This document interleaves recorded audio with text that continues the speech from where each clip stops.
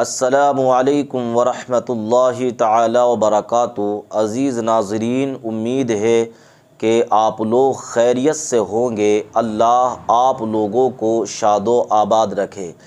प्यारे दोस्तों, मैं आज की इस वीडियो के अंदर बहुत अहम बात बताने वाला हूँ और उसके बाद में एक छोटी सी क्लिप आप लोगों को दिखाऊंगा। हमारे एक दोस्त का सवाल है कि ये बताइए कि तावीज़ गर्दन में लटकाना जायज़ है या जायज़ नहीं है। तो दोस्तों, मैं इसका जवाब आप लोगों को देता हूं कि तावीज़ात गले में लटकाना बिल्कुल जायज़ है, नाजायज़ नहीं है, मगर उसमें आयात कुरानिया हो और अस्माए इलाहिया लिखे हुए हों। ऐसे तावीज़ात गले में लटकाना ये जायज़ है और किसी रकाबी वग़ैरह पर आयात वग़ैरह लिख कर और मरीज़ को उसका पानी पिलाना बतौर शिफ़ा ये भी जायज़ है। अब हमारे एक भाई का ये सवाल है कि हज़रत, मैं जो हूँ तांबे का तावीज़ बनवाना चाहता हूँ, क्या मर्द के लिए तांबे का तावीज़ बनवाना जायज़ है या नहीं है। अज़ीज़ नाज़रीन, तो मैं आपको बताता चलूँ, मर्द और औरत दोनों के लिए तांबे के तावीज़ पहनना मकरूह है। तांबे के तावीज़ पहनना मर्द के लिए भी मकरूह है और औरत के लिए भी मकरूह है कि वो तांबे के तावीज़ ना पहने। और बहुत सारे लोग कहते हैं कि सोने चांदी के क्या हम तावीज़ात पहन सकते हैं। जी हाँ, तो मैं बताता चलूँ, मर्द के लिए सोने का तावीज़ जो है पहनना बिल्कुल नाजायज़ व हराम है। हाँ, औरत जो है वो सोने का तावीज़ पहन सकती है। चांदी सोने के तावीज़ मर्द के लिए हराम है, ठीक है, और औरत जो है इनको पहन सकती है। इसलिए कि औरत के लिए जो है वो ज़ेवर पहनना जायज़ है, मगर मर्द के लिए सिर्फ़ एक अंगूठी चांदी की, वो भी 4.5 माशा की, बस वो पहनना जायज़ है। तांबे के ना मर्द के लिए जायज़ है ना औरत के लिए जायज़ है। तो दोस्तों, आपने इस वीडियो से कुछ ज़रूर सीखा होगा। अगर आप हमारे चैनल पर नए हैं तो इस चैनल को सब्सक्राइब करें, लाइक और कमेंट किया करें, अपने दूसरे भाइयों को भी शेयर करें। आइए अब एक छोटी सी वीडियो आप लोग इसको देख लीजिए मुकम्मल और हमें सपोर्ट कीजिए। यूं ही अच्छी बातें आप तक हम लाते रहेंगे। से रिहाई हो, खत्म फिरौन की खुदाई हो, और कैसे गज़लें कहूँ मैं फूलों पर, कैसे गज़लें कहूँ मैं फूलों पर, कैसे गज़लें कहूँ मैं फूलों पर, जब ज़मीं खून में नहाई हो, जब ज़मीं खून में नहाई हो, कैसे गज़लें कहूँ मैं फूलों पर, जब ज़मीं खून में नहाई हो। और तुम समझते रहो मुझे दुश्मन, तुम समझते रहो मुझे दुश्मन, तुम समझते रहो मुझे दुश्मन, मैं समझता हूँ मेरे भाई,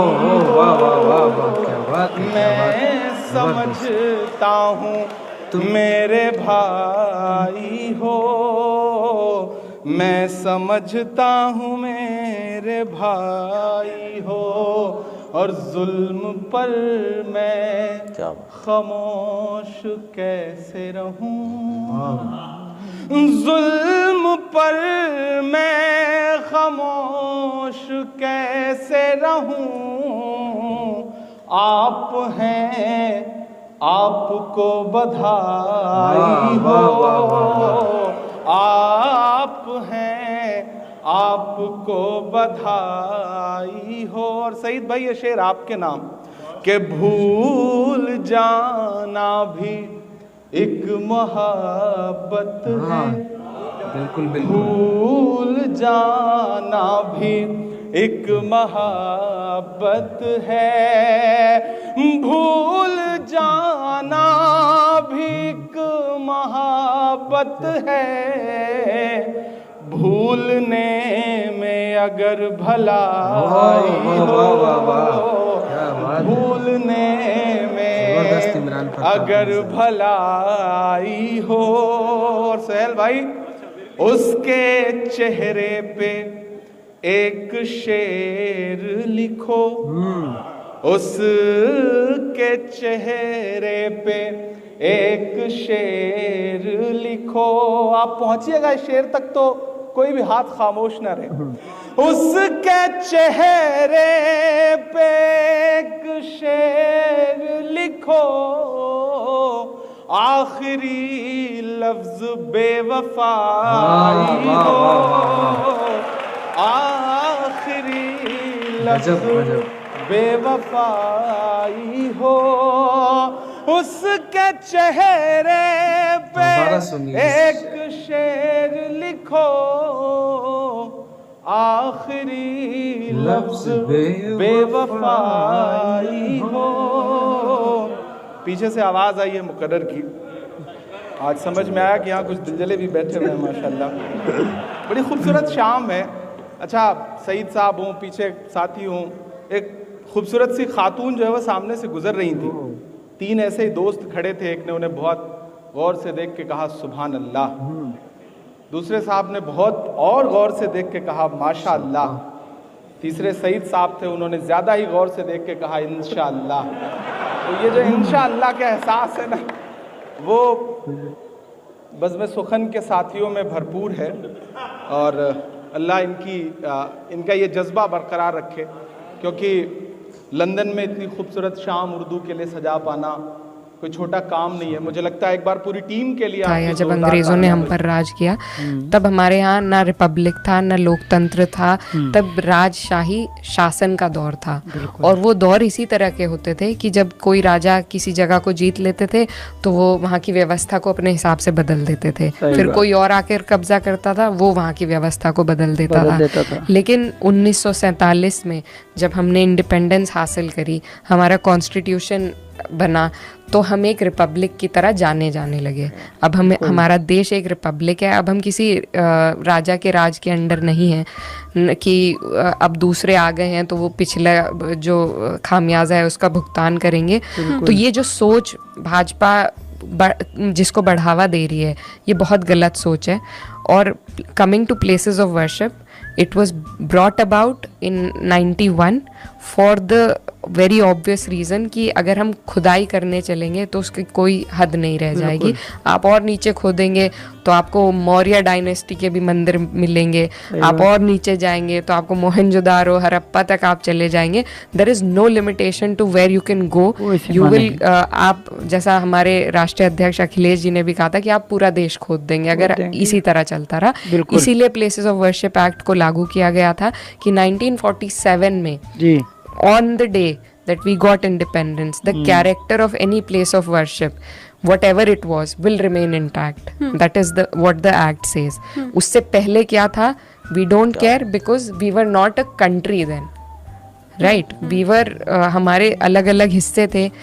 1947 में भी हैदराबाद में निज़ामों का राज था, कश्मीर में किसी और का राज था, इन सबको जोड़ के हिंदुस्तान बना था। तो जहाँ जो था उससे हमें 1947 से पहले कोई मतलब नहीं है। 1947 में हमारे देश जन्मा, हमारा संविधान आया, उस दौरान उस दिन जो जिसका कैरेक्टर था वो वही रहेगा और आगे भी जो सरकारें आएंगी उन्हें उसका पालन करना चाहिए। और इनफैक्ट यही बात मैं आज अपनी स्पीच में कि संविधान के प्रावधान होने के बावजूद ये जो गलत नियत से सरकारें they are trying to exceed the limitations put in place by the constitution, हर रोज उसे छेड़ा जाता है। और फिर सुप्रीम